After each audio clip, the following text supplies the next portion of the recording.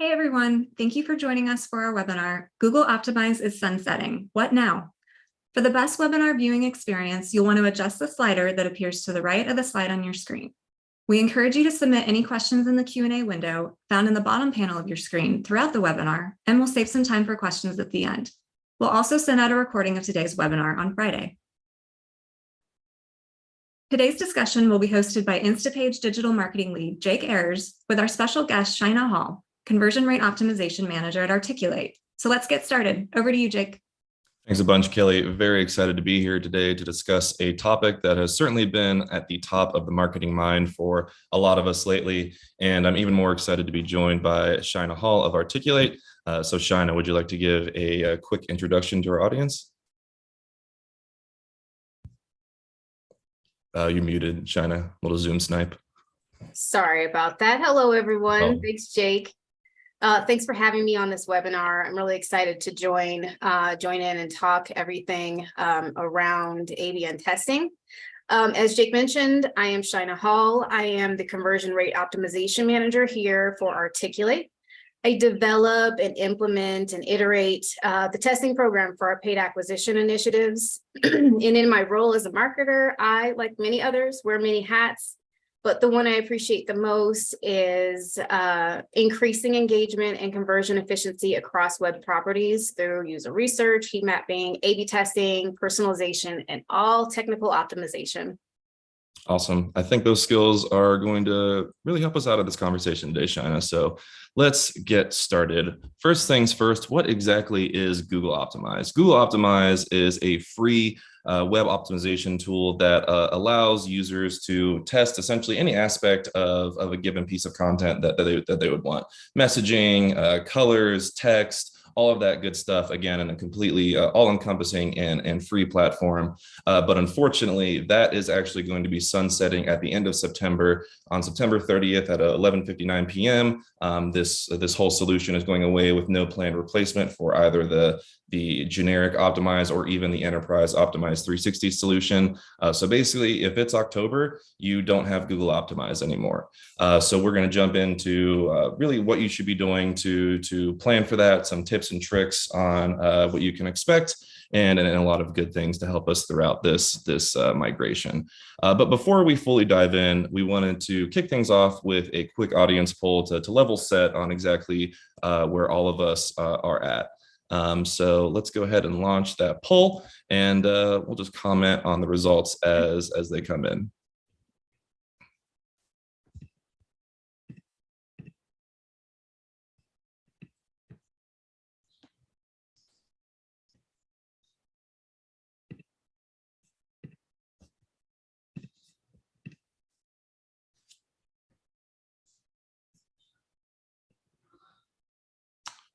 Alrighty. So for the results of that, well, it looks like a lot of us are really glad that we're here today because only 4% of us voted that we're ready for this migration when Google Optimize sunsets. And actually, the largest proportion of us, 60%, have said that we haven't even thought about it. And another 13% says, no, I haven't thought about it. And that does, in fact, make me nervous. No reason to be nervous because we're all here and we're going to walk through it together. So, Shaina, do you have any thoughts before we jump in earnest here? Yes, I think that's really surprising. We as a human race, I'll say, we always try to prepare, but sometimes, we can't always. And I think with the marketing environment, it's always changing. So as Jake mentioned, it's good to know we're here for a purpose. We are here to help prepare for all of that. I'm excited to kind of see how we can move into this next stage of marketing without to Google Optimize, and hopefully get those of you who are not prepared a little bit more prepared today. Exactly. That is definitely the goal, and hopefully we'll get there by the end of this conversation. So for today's discussion, we're going to be covering these 4 points that I sort of went over earlier. So number one, what exactly is A/B testing, best practices for those techniques, how to conduct a successful experiment, and after that experiment is done, some CRO tips and tricks to streamline your process, give you more effective results, sort of maybe even help you catch some things you may not have been seeing before. But those are the 4 main points. So let's jump into what exactly is A/B testing. So when it comes to replacing Google Optimize, you're going to need to implement an A/B testing tactic for your marketing strategy. And if you aren't aware of what exactly is A/B testing, it really is just a multivariant test beyond 2 variations, which there's an example of right here. We can see variant A through D, and essentially all the N is in ABN is just the potential to add more variations to this. So this would be a ABCD test where we're testing sort of 4 different layouts of a given landing page. It could be 3 CTA colors, it could be 3 button locations, it could be really anything that you think could produce a lift across these pages. But of course, we're testing the same sort of element across all of these different variations, just with wherever they're specifically located and however we're specifically customizing them. So let's move forward and start by quickly walking through why it's important to have a sort of more nuanced A/B testing strategy with Google Optimize sunsetting. So as we all know, we really like to make data-driven decisions as marketers, right? And that's sort of what lies at the core of A/B testing, is the fact that we're getting a very data-driven result of this is doing better than this, or this produces a better user experience than this.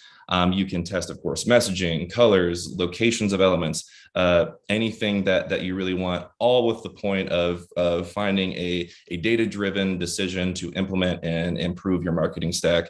And on top of that, when you get these sort of learnings from these tests, you can also generate new ideas. You're going to learn something from a given test that you probably weren't expecting. Oh, with a heat map, I can see that this user actually floated around this piece of content a little bit more than they did this piece of content. Maybe we should move this higher up closer to the hero. Maybe we should move this other piece of content down. You're going to get a lot of new things to constantly iterate on when you get these data-driven decisions to implement. New ideas are pretty constant, and that's sort of, again, the second pillar that holds up A/B testing. So I'm curious, Shaina, have you tested or wanted to conduct an ABN experiment with any of your landing pages currently? Yes, Jake. I've actually conducted many ABN tests, and with them, I've always utilized the learnings to guide iterations for the next test idea. So with ABN testing, I think it's always important for us as marketers to not just make decisions based on emotions, but to also let the data be our guide for this testing program. And ABN testing provides the data you need to succeed. Absolutely, it sure does. And since we're talking about such a sort of a data-driven solution here, it's a very scientifically oriented process, right? So we're going to go through some steps here that may seem like 6th grade science. We're going to literally go through the scientific method here. So really any A/B test starts with a problem. For this example, it's that time of year for summer sales. We all get a spike during that time. So maybe you've noticed that people aren't converting on a given promo page for Memorial Day or Labor Day like you expected they would. That's a problem, right? We need our year-over-year growth to continue to grow, right? So if it goes down, there's our problem. And our hypothesis can be maybe people aren't converting on the promo page because the value of the offer isn't clear, because again, a certain element is a different color than what they're expecting. There's a lot of things that we could hypothesize, and the whole point of an A/B experiment is to test that hypothesis, see if we're correct, and implement the solution from there. So once we have our problem and our hypothesis, you can start actually building your ABN test from there. So number one, select your options to test. That's really sort of what are my problems and what sort of elements do I need to move around? What do I need to change to address that problem? Once you have that all set up, then you launch your test, sort of solution A versus solution B. And then we ideally want to run that for as long as you can. In my opinion, you may reach a certain click volume that you want, like 1,000 clicks in a given time period or what have you. But if you don't have, enough spend to put behind that or enough given traffic in a time period, probably about 3 to 6 weeks, about just under a month to a month and a half is a really good time period to run an A/B test and get some results that you can actually rely on.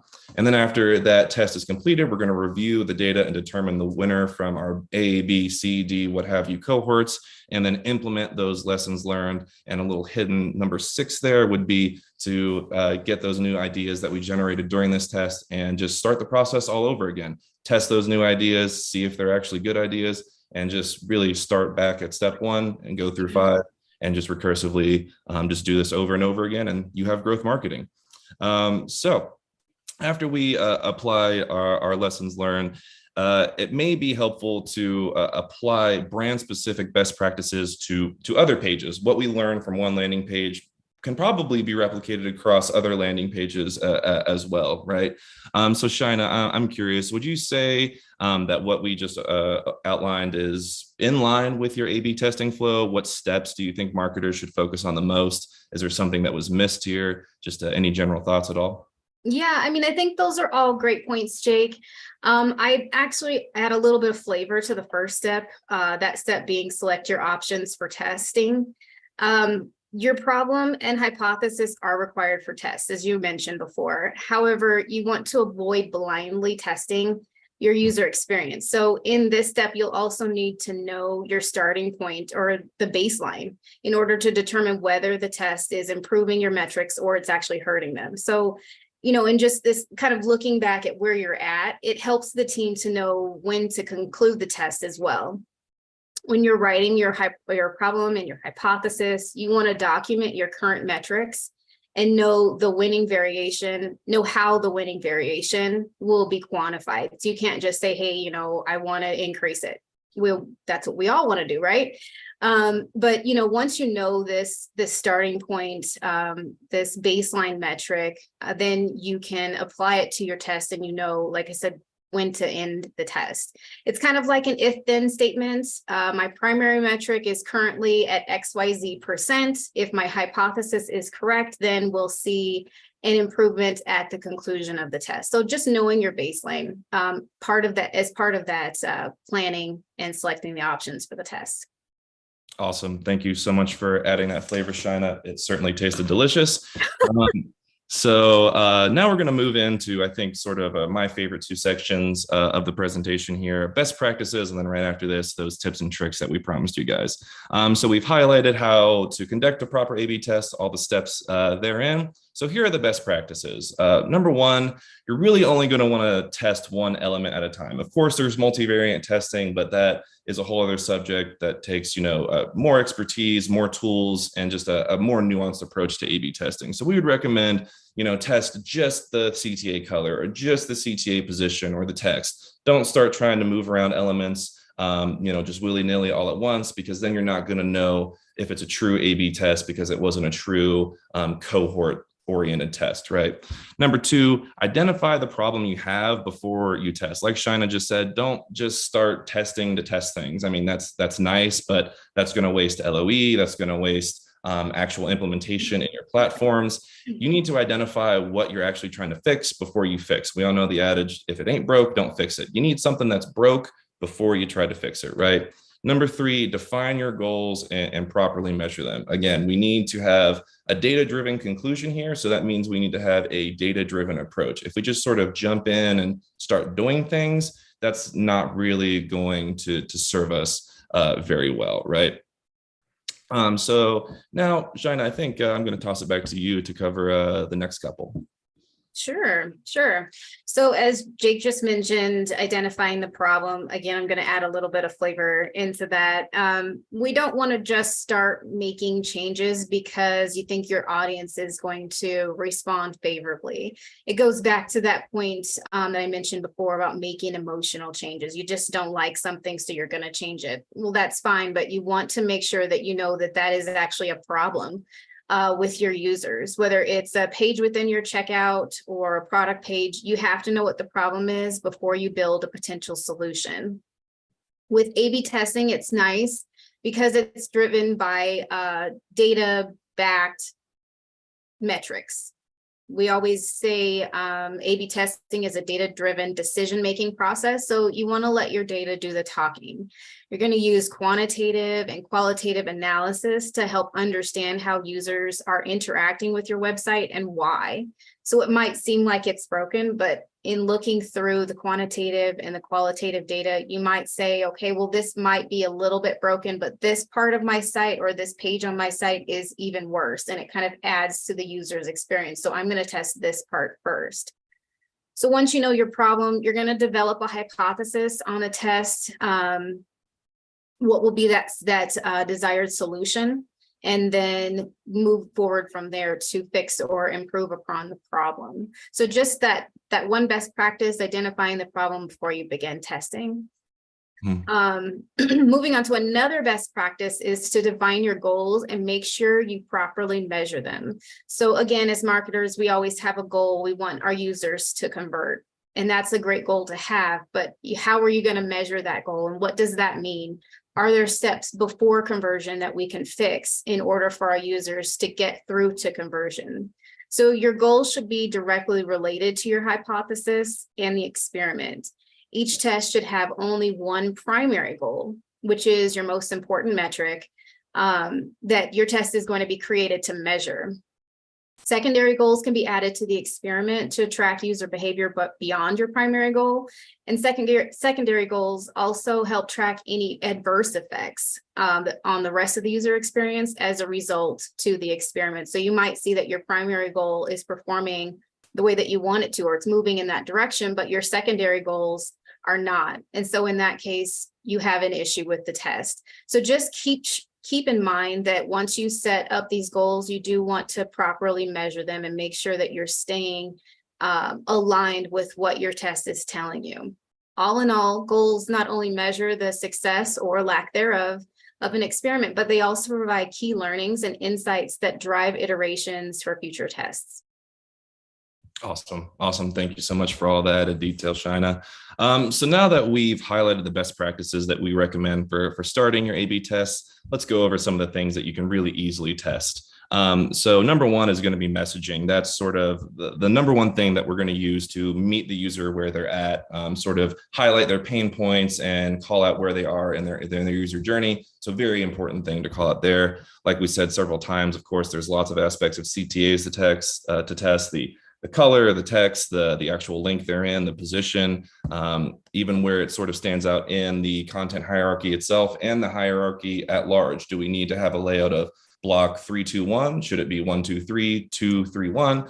Again, just sort of test all those things. Maybe users really like this specific piece of content closer to the hero than you thought they did. Maybe that provides more value than you assumed. That's something that we may not know, so test it. Images, of course, do blue images do better than red?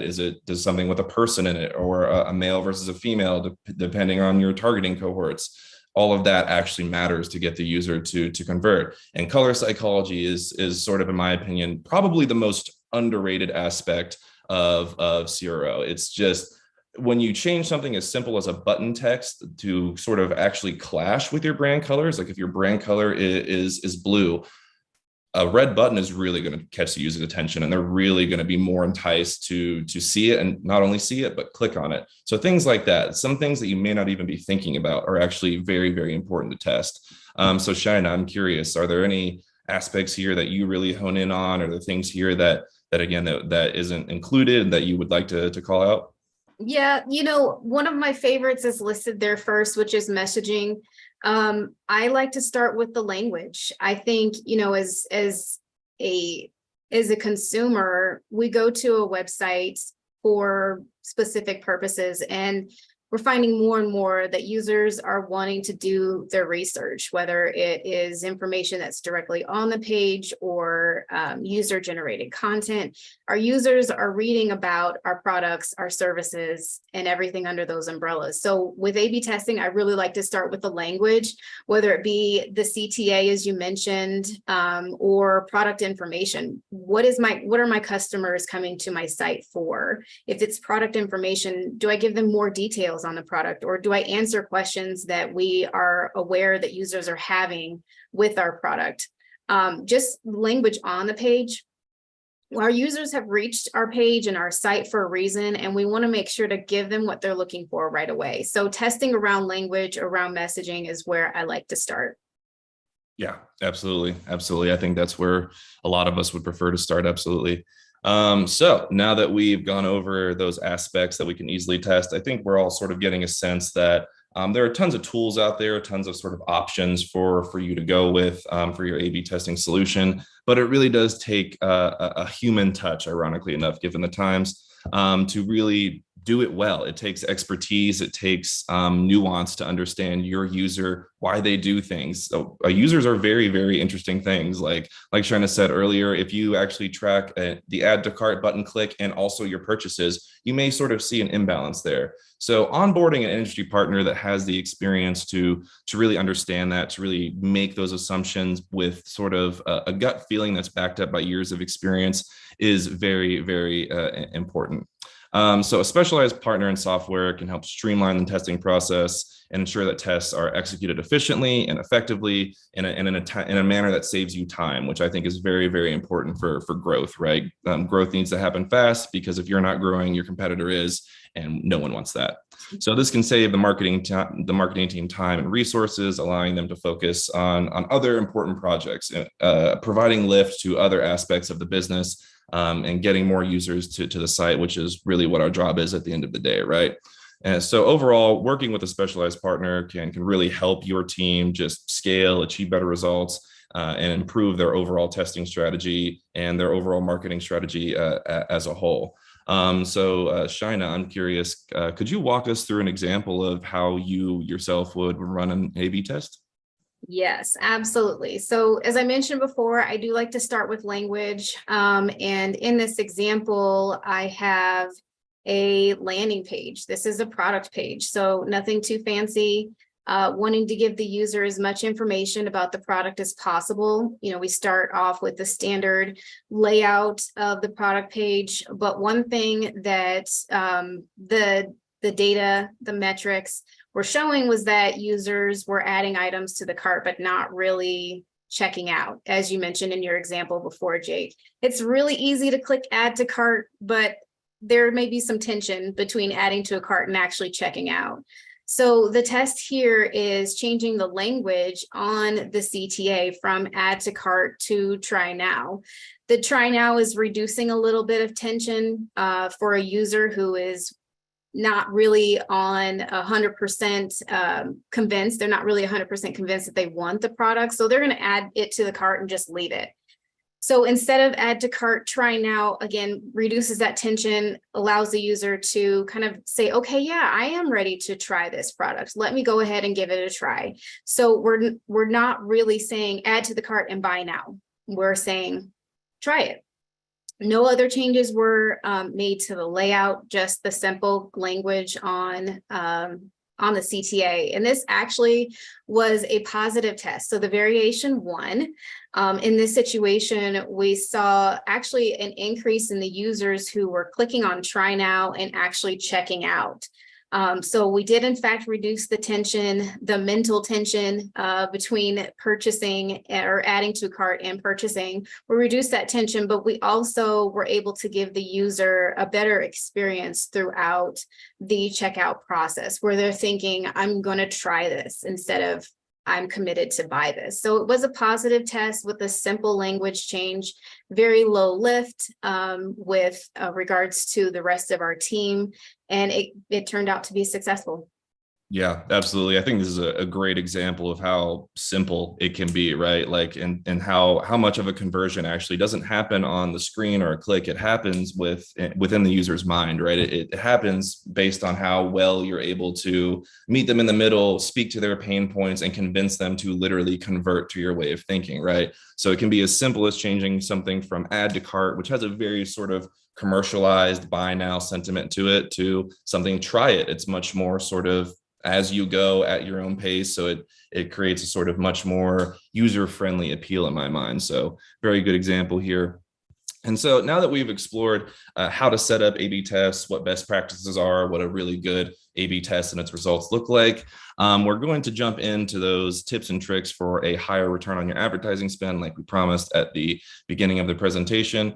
So to jump into that list, number one, and this is probably my most favorite, is to leverage heat maps. Heat maps, in my opinion, may be the most valuable sort of aspect of A/B testing. It can show you precisely where a user is actually gravitating towards your site. Is it a button? Is it a color? Is it a piece of text? Is it an image? Leveraging heat maps really tells you what your audience is there for. And within those heat map learnings, you can create micro audiences, people that are more likely to engage with this sort of color layout. Send them to this landing page versus this one. So you can start to segment, personalize, and customize your destinations a lot better. And that leads perfectly into number two. Personalize and segment your audiences to customize landing pages to have a much more targeted testing and growth approach. What this does when you segment your audience by demographics, psychographics, behaviors, interests, purchase intents, that just makes it more relevant and easier for the user. And by all means, we should be reducing barriers when we're talking about getting a user to convert, right? And number three, bolster asynchronous work. You may not think about it, but deciding what to test without data can lead to more meetings, more conversations, more time, more people that you have to pull in and get involved. So having data-driven decisions and solutions eliminates the need for additional sort of stuff you don't want to do, extra meetings, extra research. When you just bolster asynchronous work and do this independently with sort of your own learnings and leverage those, it makes everything faster. So Shina, would you care to take the last four for us? Yes, sure. So next up is ensure you have enough traffic. I cannot instill this in my head enough. I see a page and I say, oh, I want to test this. If the page does not have enough traffic, you're really doing yourself and your team an injustice. So you want to use a large enough sample size to ensure statistical significance. Tests on page with low traffic, they take longer to determine a winner, and they don't provide accurate learnings or insights on the experience for the majority of their users. So it's really, you're missing out on improving the majority of your users' experience. Not that the page is completely counted out, but it's not going to give you as much insight as a page with higher traffic. Plus, that goes back to being able to use your data to identify a problem. Your data may not be as accurate on a page with low traffic. It's going to tell you what you're looking for, but it may not be as accurate because there are a lower amount of users going to that page.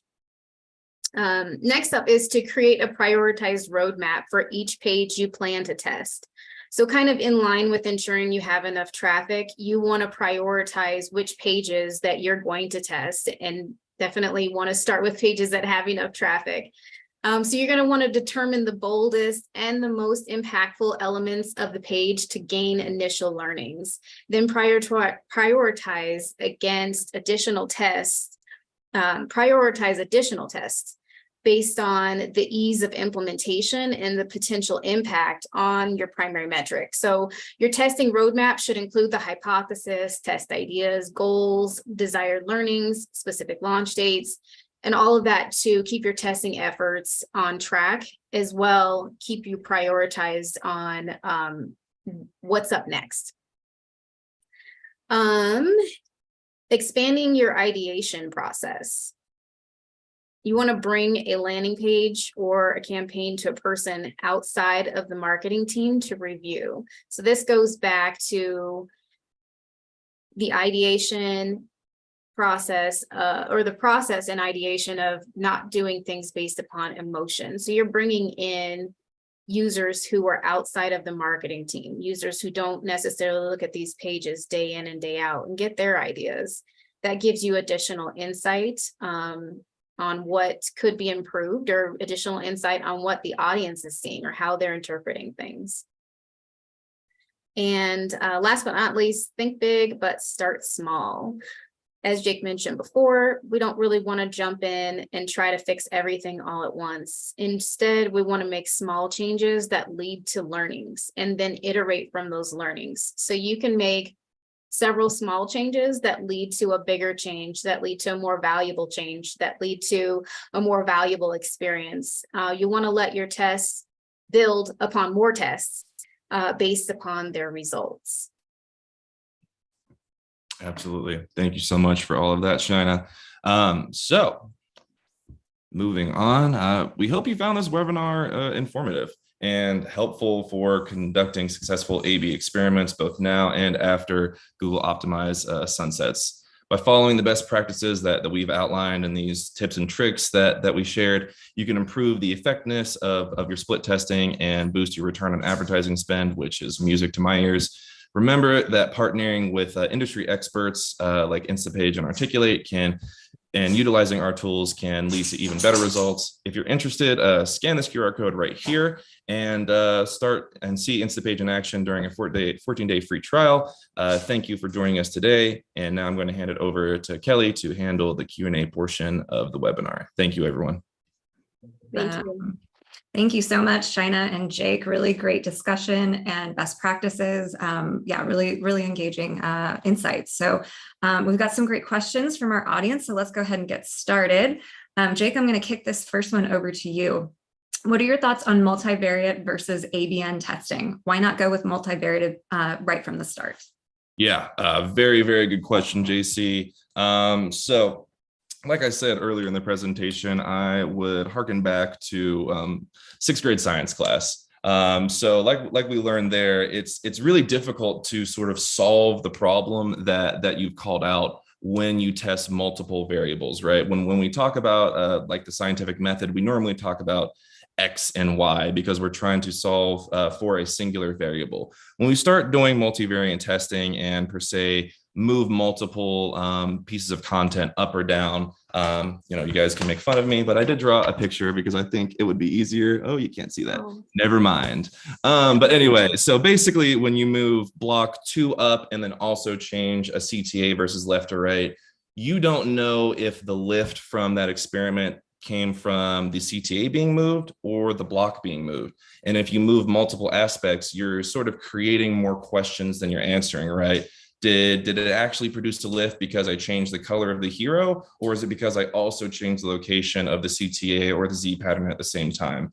That's why we recommend having one element tested at a time, because when you start mixing them all together without, frankly, a solution or a software that can handle that and assign the sort of right learnings to the right elements, then again, you're just coming up with more questions than answers. So instead of moving block 1 down at the same time you move your CTA left or right, only move block 1 up or down and only move the CTA left or right, because then again, you're muddying the waters and you don't know which of those sort of fixes actually led to the lift at the end of the day. Awesome. Thank you for that thorough explanation there, Jake. Shina, I'm going to throw this one over to you. How can I balance the need for testing with the desire to maintain a consistent user experience? Sure. So with that one, it's more about the user experience. So the bold word there would be user experience. So in this situation, you want to maintain the user experience in any way that you can. And a lot of the times that's going back to your brand guidelines. You want to create a balance between the desire to learn what works while still meeting your users' expectations. So in this case, you can begin user testing.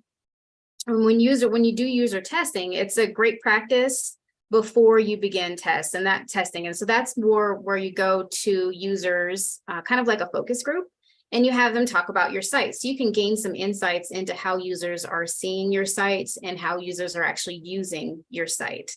that is what user testing is. So you get that information from them. It offers a lot of insight on how we can improve UX. On one hand, most ABN tests are around subtle and gradual changes that do avoid confusing or tarnishing the user experience. But then on the other hand, testing allows us to redesign and iterate for our users based upon our users experience and what they're seeing. So to answer this question, to kind of wrap it up, you want to approach testing carefully and don't make too many changes all at once. A lot of the best practices we've discussed before, as Jake just touched on, you don't really want to implement too many testing variables at once. That does create confusion. It tarnishes the user experience, and then it also can give us inaccurate results.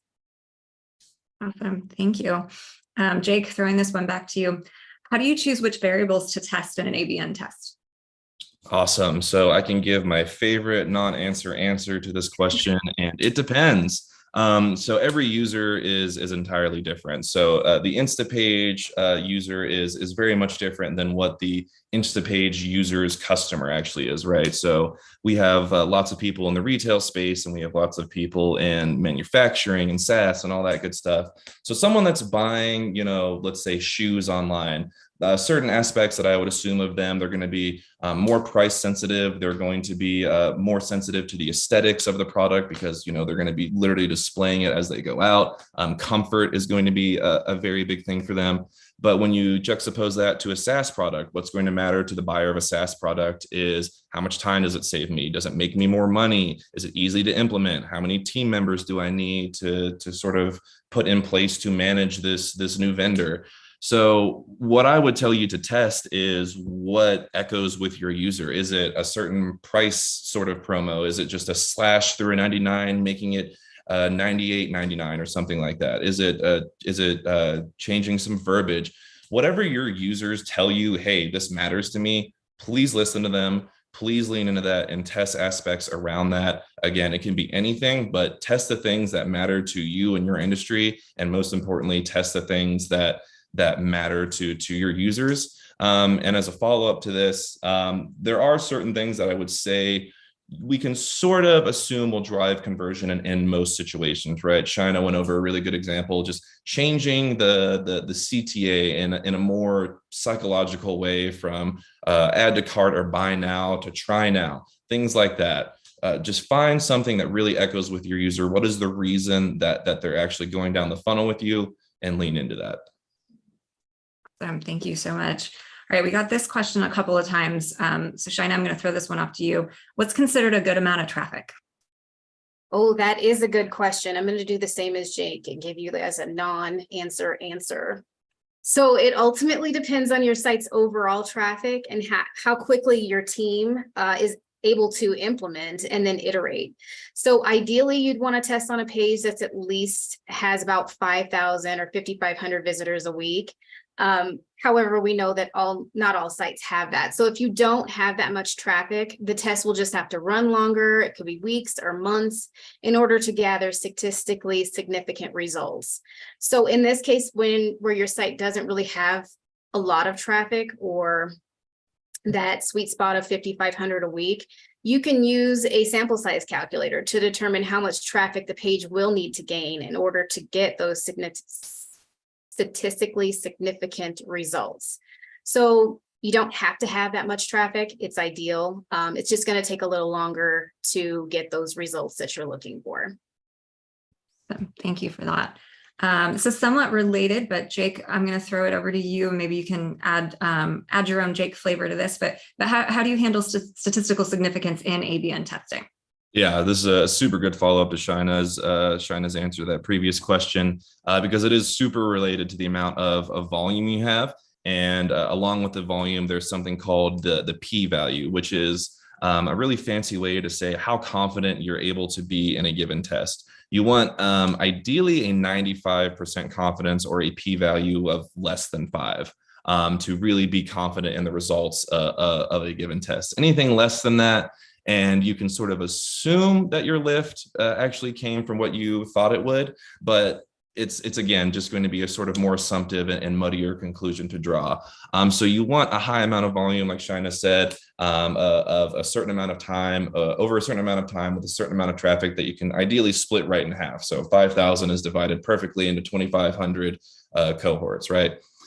So have a good amount of volume that you can confidently split into that test, and also have a p-value that you can actually rely on, that your test is producing worthwhile real world results that you can implement. Great, thank you. All right, we've got a few minutes left. Let's try to get through some more questions here. Shina, going back to you. Do you think every marketing campaign should have an ABN test baked into it? No. The answer to that is no, not every campaign. I think at some point you can take a look at every campaign to see if it is a good or an eligible campaign, but there's certain requirements for a marketing campaign that make it ready to be tested. So we've discussed some of these best practices already, but it's important to know when your campaign is ready to test. You don't want to do an A/B test when you don't have that meaningful traffic. You don't want to A/B test if you don't have a hypothesis or you have no idea of what you're wanting to do with this campaign. Especially when they are more seasonal campaigns, you want to set yourself up for success and begin testing early if you really want to test a seasonal campaign. You don't want to test if you don't have the time for a test. So let's say, for instance, going back to the seasonal campaign, if it's something where you have about 2 weeks of a seasonal sale, we'll say you can still test that, but it's not going to be the ideal test. So in that situation, I would say it may not be a good candidate for a test because you don't have enough time to really understand the results, and especially you don't have enough time to iterate. But you can take in some of the learnings and use them for another seasonal campaign. So it may not be ideal, but it is something that's doable. You just definitely don't want to hurt the user's experience. You also don't want to test if there is low risk to taking action right away. So in this situation where you have a test, and you don't have either enough traffic, or it's something where it's a product or service that not too many people are aware of, testing on it may not give you the insight that you're wanting because you're not getting the insight from users. So no, not every campaign is ready to have a test baked into it, but I think every campaign can become an eligible campaign to test. Some really great insights there. All right, Jake, can ABN testing be used for non-digital marketing channels such as direct mail or television advertising?